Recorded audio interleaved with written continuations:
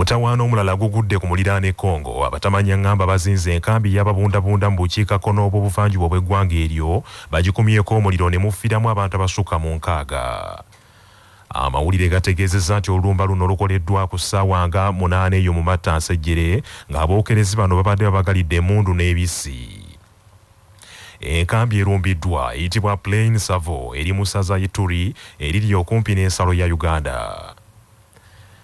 Abadduukirize mu kitundu kino bategeezezza nti baawulidde emiranga egiva mu bantu ababuddamiziddwa mu nkambi eyo wayisa akaseera katono nnyo omuliro ne gukoleezebwa ku buyumba bwonna obuli mu nkambi eyo, amasasi ne geesoozanga n'abajambula beekola ekigenyi nga mpawo ayamba.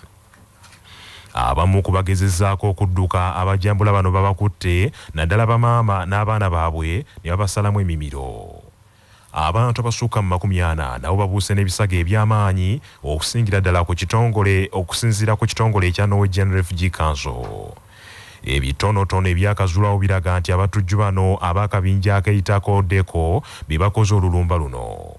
Akabinja ka Kodeko k'abalwanyi abava mu famire eyeyita Lendu nga enerudde ng'erina obutakkaanya n'ekibinja eky'abantu abayita ba Hema Cattle Herders nga bano balunzi bante mu kitundu ekyo abakayanira omuddo n'ebirala. Wano mu Uganda, minisita wa gavumenti ez'ebitundu Raphael Magezi ataddewo ttiimu y'abakugu abagenda okunoonyereza ku bakungu ba gavumenti ez'ebitundu abennyigidde mu vulugu yenna alabikidde mu alipoota eya Ssaabaliisa w'ebitabo bya gavumenti eyalaze nti gavumenti ez'ebitundu zijjuddemu abakozi ab'empewo abasukka mu 6.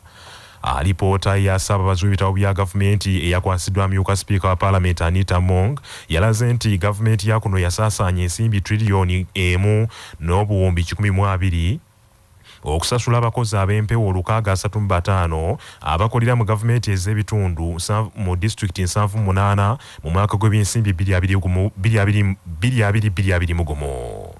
Minisita Raphael Magezi ategeezezza nti akakiiko kaataddewo kagenda kwekenneenya vulugu yenna alabikidde mu alipoota eno era abanaakwatibwa baakuvunaanibwa ng'etteeka bwe ligamba.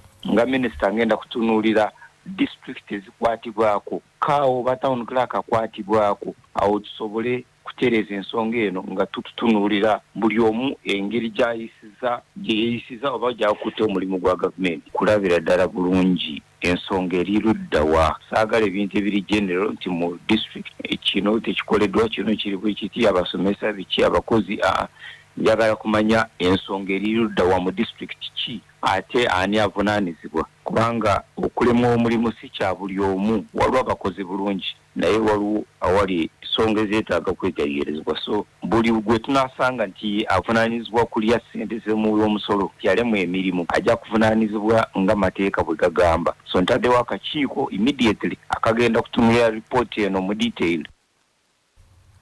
Ye minisita wa gavumenti ez'ebitundu ku ludda oluvuganya gavumenti era omubaka omukyalo wa disitulikiti ya Wakiso Betty Ethel Naluyima agambye nti alipoota ya Ssaababazi w'ebitabo bya gavumenti wejjidde nga bakamala okulaga obuzibu obuli mu nsasula embi ey'abakozi ba gavumenti ez'ebitundu era agamba nti ekivuddeko enguzi okweyongera. Tube nga tujjanjaba ekyo ekireeta obulwadde okusinga ate okwongera okutunuulira sayinizi z'obulwadde tulina okwebuuza nga bannayuganda local government season kyekizireetedde okubanga mulimu obulyake newankubadde obulyake tebuli mu local government sibokka okubanga netuteeka ssente mu local government tetusasula bantu abali mu local government okubira ddala ku kansala alina okubanga atunuulira emirimu paka ku district chairman nga yetaweebwa ssente n'akatono n'obanga ate obakwasa billions and billions of shillings ebyo bituleetedde obuzibu nga bannayuganda. Kyekiseera bakulembeze bannange mwenna okusingira ddala bali mu central government twetegereze ebizibu ddala ebiri mu local government tube nga tetutetenkanya tulabe buli kimu engeri gye kisobola okuggwawo. Ebyo nga bikyali bityo kizuuliddwa nti kampuni gavumenti ze yawa kontrakiti okuzimba amasomero ga seed schools mu bitundu by'eggwanga n'amalwaliro aga health center 3 zasasulwa ensimbi mpitirivu ddala okusukkamu ezo zezalina okusasulwa. Ssaabalondoozi w'ebitabo bya gavumenti John Muwanga yeeyanise vulugu ono mu alipoota ye eyavudde mu kwekenneenya enkozesa y'ensimbi z'omuwi w'omusolo n'entambuza y'emirimu mu mwaka gw'ebyensimbi 2021. Okusinziira ku Ssaabalondoozi w'ebitabo bya gavumenti yeewola ensimbi okuva mu bbanka y'ensi yonna okuzimba amasomero ga secondary aga CD schools mu ggombolola ezaali zitalina amasomero ga secondary agali mu ttuluba erya CD schools n'okugaziya amalwaliro aga Youth Center 2 okutuuka ku mutendera gwa Youth Center 3. Wabula ono akizudde nti ensimbi ezaalina okusasulwa contractor okuzimba amasomero gano ate zaasasulwa ensimbi obuwumbi 33 ezisukkamu ezo ezaalina okusasulwa. Ku masomero 53 Ssaabalondoozi w'ebitabo bya gavumenti ge yeetegereza yakizuula nti bakontrakita baasasulwa obuwumbi 3 obusukkamu ezo ze baalina okufuna. So ng'obuwumbi bw'ensimbi 920 ze zaasasulwa bakontrakita abaagaziya amalwaliro ne zisukkamu ezo ze baalina okusasulwa. Ssaabalondoozi w'ebitabo bya gavumenti era agamba nti waliwo n'obuwumbi obulala 212 ezaasasulwa bakontrakita bano nga teziriiko ntemaatema yaazo. Ssaabalondoozi w'ebitabo bya gavumenti era yakizudde nti amasomero agaazimbibwa omutindo gwago gwa kibogwe ddala era mangi gajjamudde ennyanfa. Manya obuvuna obuddo obw'eddembe lyo tonyigirizibwa ddembe lyo ery'obwebange ddembe lyakutuusibwako Hotels Mouth Freshener owunya akamwa olidde garlic olina ky'olidde oba ky'onywedde nga tekiwunyisa bulungi kamwa oba ogenda kusisinkana mwagalwawo fuuyira Hotels mu kamwa kawunye bulungi olunaku lwonna musange mu supermarket ne pharmacy zonna. Hotels Mouth Freshener nga balina langi ya Global Paints langi esinga okunyiriza mu bika ebyenjawulo ate nga tekaddiwa. Ssaababalirizi w'ebitabo bya gavumenti Auditor General alina obuyinza okutwala alipoota y'eri Speaker wa Paalamenti nga munnamateeka Najibu Kasole bw'annyonnyola. Sinzira ku tteeka lya National Audit Act erya 2008 Auditor General wamala okukola ripooti ye alina obuyinza okugitwala eri Speaker wa Paalamenti, then Speaker wa Paalamenti n'agiweereza ku kakiiko akavunaanyizibwa. Era akakiiko kano ke ka Public Accounts Committee kakola okunyumiririza era kalina obuyinza okuyita omuntu yenna aba yogeddwako mu ripooti eyo n'okuyita kwasindika wa CID abanoonyerezeeko naye era Auditor General era alina obuyinza okuwa recommendations eri Speaker avunaanyizibwa okusinga banga waliwo okubulankanya okwa ssente kwonna okuba kuliwo. Poliisi mu Kampala ayimirizza olukuŋŋaano lw'abasuubuzi olubadde lugenda okuteesa ku bikwekweto ebyakoleddwa okugoba abatembeeyi ku nguudo z'ekibuga Kampala. Olukuŋŋaana luno lubadde lutegekeddwa ekibiina ekigatta abasuubuzi ekya New Generation Traders Association enkyaleero nga bano bawakanya engeri abatembeeyi gye baagobeddwa ku nguudo z'ekibuga Kampala.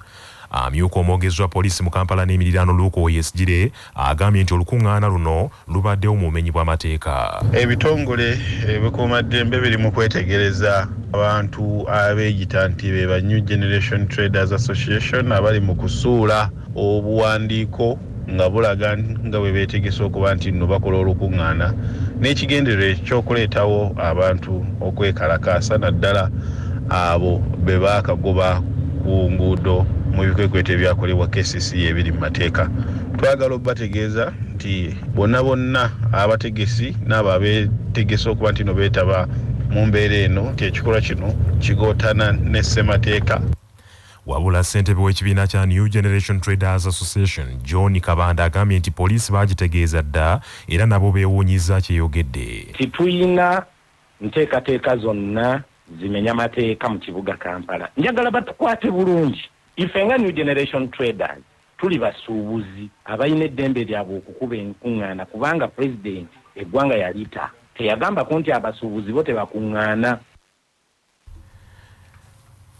Ebyo nga bikyali awo embiranye yeeyongedde mu butale bwa gavumenti mu kibuga Kampala ku nsonga y'okulonda obukulembeze mu butale obwo. Olunaku lw'eggulo akulira ekitongole ekya KCCA Dorothy Kisaka yavuddeyo n'ategeeza eggwanga nti si beetegefu okuteekateeka okulonda mu butale bwa gavumenti mu Kampala mu kiseera kino wabula bagenda kuleeta abakozi abamanyiddwa nga market masters nga bano bava mu kitongole ekya KCCA bakole n'obukulembeze obuliko kaakano okutuuka nga bamaliriza etteeka erirungamya abasuubuzi bonna. Abasuubuzi mu butale okuli Usafi Owino ne Wandegeya aboogeddeko ne Kyabasa enkyaliro bategeezezza nti tebakkiriziganya na KCCA okuleka obukulembeze obukadde okuddukanya obutale bwabwe kubanga bubaliisizza akakanja. Bano Bano era basabye KCCA nti nga bwerinda etteeka erinaalungamya okulonda obukulembeze mu butale bakkiriza abasuubuzi beerondera obukulembeze obw'ekiseera obunaakolagana ne KCCA. Samutiwa Henry nga ndi musuubuzi mu katale ka Usafi. Tusaba KCCA ekole ebintu mu mazima n'obwenkanya n'obwerufu. Ensonga nti bwegamba nti egera kweta Maxi Masters ate nga tulina n'obukulembeze bw'obiko bwaweddeko olunaku lwajjo ennaku z'omwezi bbiri. Tebali mazima n'akamu n'akeddaji. Baba bateekawo interim ebeerewo. Oba bateekawo administration eyaabwe nga babukulembera akatale direct. Let it be so. Nakato Aisha ndi musuubuzi mu katale ewandegeya. Twagala interim ebaddeko yesooka eve mu ofiisi yefulumire ddala naye ng'ensonga enkulu twagala abakulembeze bano abakadde kati abalimu tuyisiza bubi nnyo basiba abantu mu makomera tebategeerekeka batwawudde yawudde. Wano mu katale ka Ssente bali ku ddembe nze ajaayo na Lubega twagala Iddi wa Kampala mukyala Dorothy Kisaka addemu ateekawo interim committee empya ng'agijja mu basuubuzi abakolera mu katale ka Ssente bali ku ddembe naye kye tutayagala kwe kuleeta ba senior market ate abateeke ku lukiiko Pulezidenti Museveni lwe yagoba era ffe abazubuzi tetwagala kukiwuliza. Omusajja agambibwa nti amaze ekiseera ng'abuguyaza abazadde n'abaggyako ensimbi ng'abasuubiza okufunira abaana baabwe ebbasale z'Obwakabaka bwa Buganda. Poliisi e Masaka emukutte. Edward Tomusange Kayinja bino yabirina. Poliisi e Masaka ng'eyambibwako abatuuze ekutte omusajja ayitibwa Kaliisa Shakur amanyiddwa ennyo nga Kabebi ow'oku kyalo Lwega mu ggombolola y'e Buwunga mu disitulikiti y'e Masaka ng'ono kigambibwa nti olwawulira nga amasomero gagenda kuggyibwa ku muggalo n'atandikirawo okutuukirira abazadde n'okubamatiza n'abaggyako ensimbi ng'abasuubiza okubafunira basale ez'Obwakabaka bwa Buganda eri abaana baabwe basome. Kigambibwa nti Kaliisa Shakur ono oba Kabebi bangi abazadde baamutuuma lya muzira kisa nti kuba mu kubasuubiza n'okubamatiza yabamatiza nnyo nga bw'agenda okutwala abaana baabwe mu masomero amalungi ge baagala gye batajja kusasula wadde omunwe gw'ennusu wabula ng'Obwakabaka bwe bubaweerera. Ono yabasabangayo ensimbi nga buli omu amuggyako ensimbi za njawulo okusinziira ku nfuna y'omuzadde era n'akuŋŋaanyiza ddala ensimbi eziwera. Wabula abazadde baatandika okwekengera Kabebi ono nga balaba amasomero gatandise kyokka ye nga teyeenyeenya wadde okubaako kyabannyonnyola okutuusa lwe beesitudde ne bagenda ku ssaza ewa Pookino ne basisinkana omukungu atwala ebyenjigiriza ku lukiiko lwa Pookino Ntula Stephen Yiga olwo gye bategeeredde nti Kabebi yabafera. Bazzeeyo ne bakola ekikwekweto kwe kumukwata yogayoga ku poliisi nga kati akuumirwa mu kadukulu ku kitebe ekikulu ekya poliisi mu kibuga Masaka. CBS eyogeddeko n'omukungu ku lukiiko lwa Pookino atwala ebyenjigiriza Ntula Yiga Stephen gwesanze ku poliisi n'alabula abazadde ku bannakigwanyizi abeerimbika mu kugaba basale z'Obwakabaka bwa Buganda. Omusajja ono abadde abantu ba Kabaka abajjako ssente ng'abasuubiza okubawa basale ekintu ky'atayinaako busobozi bwonna. N'olw'ensonga eyo olwaleero ndi musanyufu nti tumukutte era tumuleese wano amateeka gamukoleko. Basale za Ssaabasajja Kabaka bassebo ne bannyabo njagala okubategeeza nti tezitembeebwa mu bikapu nga mmumbwa. Tomusange Kayinja ku lwa CBS Masaka City.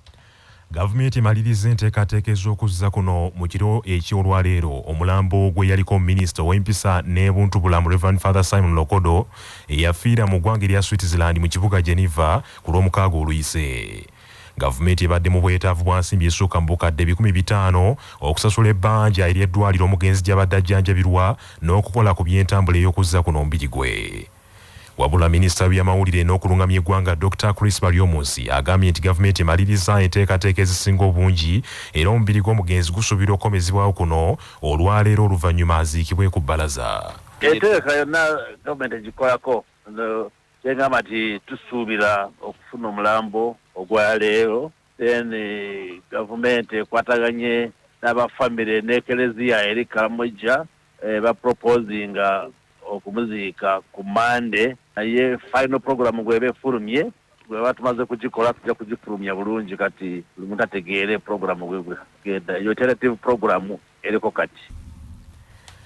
Eggye lya UPDF eriri mu ggwanga erya Democratic Republic of Congo okufuuza abajambula ba ADF lyongedde okufubutula abakambwe mu kibira ky'ebirunga mu ggwanga eryo nga kaakano kitegeezeddwa nti abajambula abo batandise kusaasaanira mu kitundu ekiyitibwa Eringeti Triangle. Abajambula ba ADF okusinziira ku mawulire agava e Congo bongedde okusaasaanira mu bitundu by'ensozi ez'Erwenzori ku ludda lw'e Congo era kitegerekise nti eno UPDF naye ye amagye okubataayiza. Mu kwogerako n'ekyabasa aduumira ennumba za UPDF mu bajambula ba ADF mu bitundu by'e Congo Major Peter Mugisha agambye nti essira kaakano balitadde nnyo ku kukuuma ebifo omuyisibwa ebyamaguzi, ebifo omuzimbibwa enguudo okuva e Kasindi Beni okutuuka e Goma era nga n'eno kiteeberezebwa nti abajambula abo balinayo enfa ez'amaanyi. We first of all establish some camps where we will be launching from. So this is what is happening. Establishing bases where we will be carrying out our offensive action, and thereabout we shall have maybe a face-off with these rebels or anything that will come up. Otherwise, we haven't yet had any challenge. Oye Major Peter Mugisha ayogerera ekibinja kya UPDF ekiri mu nnumba z'e Congo. Bw'okyanga kikwekweto ku bajambula ba ADF ekyokubiri kitongozebwa ku nkomerero y'omwezi oguwedde ogwa Gatonnya, tewannabaawo mujambula yenna akwatibwa wadde okuttibwa, naye ng'abakulu balina essuubi nti ebikwekweto bino byakuggwanga UPDF n'eggye lya Congo bawanguzi. Ministry y'ebyettaka etaddewo obukiiko obukukwataganya n'okutabaganya bannyini ttaka n'ab'ebibanja mu kaweefube agendereddwamu okukendeeza ku misango egy'ekibbattaka egyeyongera mu bitundu by'eggwanga. Obukiiko buno bulina obuvunaanyizibwa okusisinkanya ab'ebibanja ne bannyini ttaka okugonjoola enkaayana wakati w'abannyini ttaka n'ab'ebibanja watali kusikamuguwa n'okwewala okwetema embala okweyongera. Minisita avunaanyizibwa ku by'ettaka Judith Nabakooba ategeezezza Kyabasa nti obukiiko buno bwakuyambako okukendeeza ku misango egitwalibwa mu kkooti olw'enkaayana z'ettaka. Nabakooba agambye nti obukiiko buno bwatandikidde mu bitundu by'ebujuuko mu disitulikiti y'Empigi ku nkaayana z'ettaka ezabaddeyo wakati w'omusomesa w'e Makerere Dr. Fred Kakooza, John Wamala wamu ne bakayungirizi b'ettaka bakulembeddwa mu Musoke John, era nga obukiiko kaakano obusindikiddwa mu bitundu by'e Kasanje naye okugonjoola endooliito eziriyo. Kati nnyina ttiimu gye natadde e Kasanje, ono Property Masters Ruta alina obutakkaanya n'abantu ku ttaka mu bitundu by'e Kasanje. Nasindikayo Assistant Commissioner Land Registration, Deputy RDC ow'ekitundu ekyo n'abakulembeze n'abatuuze ne balonda abakulembeze baabwe gye bali mu nnaku nga nnya kola mulimu okulaba nti batuuka kukkaanya nga ne landiroodi waali eyiza bagabane oba abasasule ate abawe n'ebyapa asobola okuwa ebyapa. Kati ffe singa tunaavaayo n'eyo ng'ensonga eyo eteredde bulungi kijja kuba kituyamba. Ettaka erinaaba lisigaddewo ne landiroodi afune kyayinza okukozesaako. Minisita Judith Nabakooba agamba nti enkola ey'okuteeseganya egenda okuyambako okugonjoola emivuyo ku ttaka nga n'etteeka erirungamya ku nsonga zino bwe lirambikibwa. Ku nsonga z'ettaka n'ow'ekibanja nga minisitule tukyakozesa etteeka eririwo kubanga ge mateeka agaliwo naddala kubanga yalambika bulungi ekigambo ky'okugabana tusobola okutula ne muteesa ne mugabana lwakubanga oluusi landiroodi babadde banyigiriza ab'ebibanja engabano oluusi n'egaana niwesanga nga wavuddewo obuzibu. Ye Dr. Fred Kakooza nga y'omu ku basoose okukanyulwa mu nteekateeka empya y'obukiiko bwa minisitule y'ebyettaka agambye nti musanyufu olw'akaweefube ono kubanga ayambako abantu abatasobola kugumiikiriza bbanga ddene emisango gy'ettaka gye gimala mu kkooti. Nze ndowooza tewaba nnyo nsonga kukaanya kulungi kubanga ow'ettaka naye abeera ayagala ettaka lye. Weewaawo n'ow'ekibanja naddala nga twagula ekibanja naawe oba olina ensonga. Kale bwe muba nga mu kukaanya ow'ettaka alaba tajja kusobola kubakkiriza kwegula naye nga waliwo embeera endala omusobola okuyitibwa okukaanya ne muba nga mwenna musobola okubeera bannannyini ku ttaka eryo, ndaba kibeera kintu kirungi. Amawulire g'ebyemizannyo mu mawulire gaffe aga Kyabasa Fama gakutuusibwako pikipiki TVS 125 eyajja okugobako obwavu. Kati nno gyeyune okuva mu Yuvraj ebbanda. Tiimu y'eggwanga ey'omupiira ogw'ebigere y'abakazi abatasukka myaka 20 esitudde mu kiro ekikeeseza olwaliro okugenda e Ghana yegenza okuzanya n'eyaayo mu mpaka za FIFA Under 20 Women World Qualifiers. Omupiira guno okugenda kuzanyibwa ku Lwomukaaga luno nga 5 mu kibuga Cape Coast era tiimu eno esitudde ku ssaawa 8 ez'ekiro. Tiimu eno egenze n'abazannyi 20 n'omutendesi Ayubu Khalifa Kiyingi nga bwe yakakasizza wabula nga omuzannyi Margaret Kunihira tagenze na tiimu eyo. Wabula omuzannyi Juliet Nalukenge atasobola kuzannya mpira ogw'oluzannya olwasooka ku mulundi guno agenze ne tiimu eyo. Omupiira guno gwa luzannya olw'okuddingana ng'ogwasooka mu kisaawe kya St Mary's ekitende Ghana yakuba Uganda goolo 2-1. Omuwanguzi wakati wa Uganda ne Ghana wakuzanya n'omuwanguzi wakati wa Ethiopia ne Tanzania ku mutendera ogusembayo gw'okusunsulamu. Semazinga wa Africa agenda kukiikirirwa ensi 2 zokka mu mpaka z'ensi yonna eza FIFA Under 20 Women World Cup ez'omwaka guno ezinabeera mu nsi ya Costa Rica. Amawulire okuva ebweru w'eggwanga nga gakutuusibwako Heritage Family Center ku Heritage Plaza Nansana abateekateeka abagenda okuyingira obufumbo. Essimu noti 7 noti 2 699 337. Abantu 11 kikakasiddwa nti be battiddwa mu kulwanagana okw'emmundu okwabaddewo ku Lwokubiri oluyise mu nsi eya Guinea-Bissau ng'amagye ekiwayi ekimu ku go kyagala okuwamba pulezidenti w'eggwanga eryo Umaro Sissoco Embalo. Kirangiriddwa nti abajaasi ba gavumenti n'abantu ba bulijjo be baafiiridde mu kulwanagana kuno.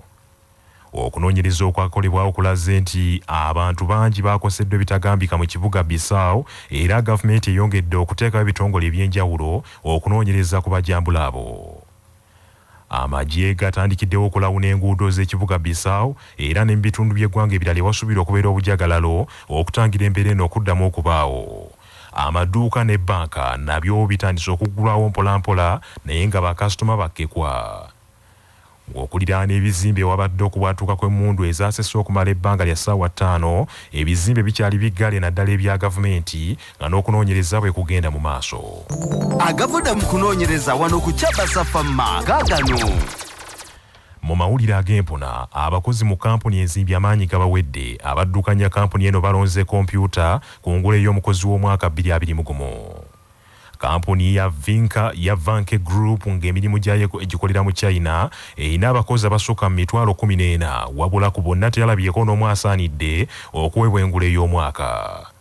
Mu mwezi ogwokubiri omwaka ogwedde abaddukanya kampuni eyo baagula kompyuta eyawundibwa mu kifaananyi eky'omuntu ne bagissaamu tekinologiya asobola okubanja abantu abaganya okusasula kampuni eyo era nga ensimbi ze balina mu bbanka nazo esobola okuzirondoola. Mu bbanga lya mwaka gumu gwokka abakulu bategeezezza nti kompyuta eyo etuukiriza emirimu gyayo ebitundu 91 ku buli 100 nga n'olwekyo ekirabo kyokka kye basobola okugiwa kwe kugyebaza nga bagigonnomolako engule y'omukozi w'omwaka. Bannaffe amawulire ag'essaawa eno kangamalirize mu bufunze. Omutawaana omulala gugudde ku muliraane Congo abatamanya ngamba bazinze enkambi y'ababundabunda mu bukiikakkono obw'obuvanjuba bw'eggwanga eryo mu ssaza Ituri eririraanye ensalo ya Uganda bagikumyeko omuliro ne mufiiramu abantu 6.